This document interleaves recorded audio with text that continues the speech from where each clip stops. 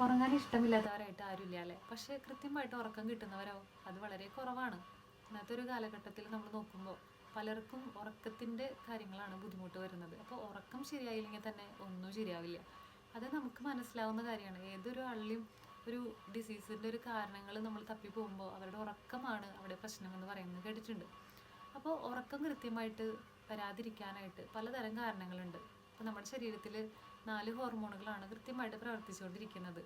അതിൽ sleep hormone ഉണ്ട്, മെലatonin എന്ന് പറഞ്ഞിട്ടുള്ള സ്ലീപ്പ് ഹോർമോൺ ഉണ്ട്, അതുപോലെ വിശപ്പിൻ്റെ ഹോർമോൺ ഉണ്ട്, സ്ട്രെസ് ഹോർമോൺ ഉണ്ട്, പിന്നെ ലൈംഗിക ഹോർമോണും ഉണ്ട്. അപ്പോൾ ഈ ഉറക്കമാണ് എല്ലാത്തിൻ്റെയും അടിസ്ഥാനം. ഉറക്കം ശരിയായില്ലെങ്കിൽ നമുക്ക് വിശപ്പ് കൂടും, അതുപോലെ നമ്മുടെ ഇമ്മ്യൂണിറ്റിക്ക് പ്രശ്നം വരും, അതുപോലെ തന്നെ നമുക്ക് ഭയങ്കരമായിട്ട് സ്ട്രെസ്സ് കൂടും. ഇതെല്ലാം അത് ബാലൻസിലായിട്ട് പോയിക്കൊണ്ടിരിക്കുന്നതാണ്. അപ്പോൾ ഏതെങ്കിലും ഒന്നിൻ്റെ ഒരു കുറവ് മറ്റതിനെല്ലാത്തിനും അഫക്റ്റ് ചെയ്യുന്ന ഒരു കാര്യമാണ്. അപ്പോൾ ഇന്ന് മുതലെങ്കിലും നമ്മൾ ഉറക്കത്തിൻ്റെ കാര്യത്തിൽ നമ്മൾ കൃത്യമായിട്ട് അതിനൊരു കൃത്യമായിട്ടൊരു വാല്യൂ കൊടുത്തിട്ട് എവിടെയെങ്കിലും ഒന്ന് കിടന്നുറങ്ങാം എന്ന് വിചാരിക്കരുത്. കൃത്യമായിട്ട് നമുക്കതിനൊരു സ്പേസ് ടൈമൊക്കെ നമ്മൾ നിശ്ചയിക്കാനായിട്ട് നമുക്ക് തയ്യാറാവണം. അതുപോലെ തന്നെ ഈ ഉറക്കം കുറയുന്ന ആളുകൾക്ക് ഭയങ്കര ടെൻഷനും കാര്യങ്ങളൊക്കെ കൊണ്ടായിരിക്കാമല്ലേ ഉറക്കം കുറയുന്നത്.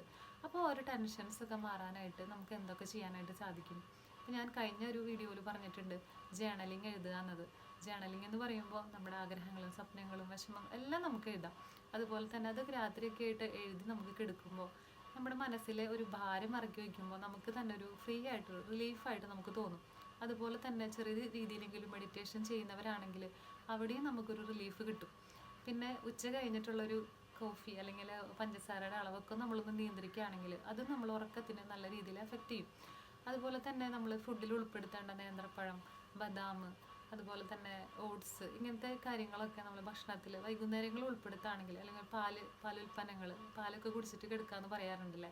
അപ്പോൾ അതൊക്കെ നമ്മൾ ഉൾപ്പെടുത്തുകയാണെങ്കിൽ അതും ഉറക്കത്തിന് ഭയങ്കര രീതിയിൽ ഡിപ്പെൻഡ് ചെയ്യും. അപ്പോൾ ഉറക്കം ശരിയായാൽ തന്നെയാണ് എല്ലാം ശരിയാവുള്ളൂ. നമ്മുടെ ഡൈജഷൻ്റെ കാര്യം വരെ കൃത്യമായിട്ട് ഉറക്കം നിയന്ത്രിക്കുന്ന ഒരു കാര്യമാണ്. അപ്പോൾ അതുകൊണ്ട് തന്നെ എല്ലാവരും കൃത്യസമയം നമ്മൾ പാലിക്കുക. എന്ത് കാര്യം നമ്മൾ ബ്രെയിനിന് മനസ്സിലാവുന്നത് എങ്ങനെയാണ്? ഒരു പാറ്റേൺ രൂപത്തിലാണല്ലേ. അപ്പോൾ കൃത്യമായിട്ട് ഉറങ്ങാനും കൃത്യമായിട്ട് എണീക്കാനും നമ്മൾ നമ്മുടെ ബ്രെയിനിനെ പറഞ്ഞ് പഠിപ്പിക്കുകയാണെങ്കിൽ, അത് കൃത്യമായിട്ട് ചെയ്യുകയാണെങ്കിൽ നമ്മുടെ ഉറക്കം തന്നെ കൃത്യമായിട്ട് വരാനും മനസ്സിലെ ഭാരം ഇറക്കി വെച്ചിട്ട് കിടക്കാൻ പോകാനും. ഏറ്റവും കൂടുതൽ ശ്രദ്ധിക്കേണ്ടത് ഫോൺ നോക്കി കിടക്കുന്ന ഒരു ശീലം ഒഴിവാക്കുക. എല്ലാവരും പറഞ്ഞിട്ടുള്ള കാര്യമാണെങ്കിൽ പോലും നമുക്ക് പലപ്പോഴും ചെയ്യാനായിട്ട് സാധിക്കാറില്ല. TV നോക്കി കിടക്കുക, അതുപോലെ ഇതൊക്കെ നമ്മൾ മാറ്റി വെച്ച് നമ്മൾ അതിൽ നിന്ന് കുറച്ചൊരു നേരം മാറ്റി വെച്ചിട്ട് ഉറങ്ങാൻ ശ്രമിക്കുകയാണെങ്കിൽ നല്ലൊരു സ്ലീപ്പ് നമുക്ക് കിട്ടും. അടിപൊളിയായിട്ട് നമുക്ക് ചെയ്യാനായിട്ട് സാധിക്കും. എല്ലാവർക്കും നല്ലൊരു ഉറക്കം കിട്ടട്ടെ. Thank you.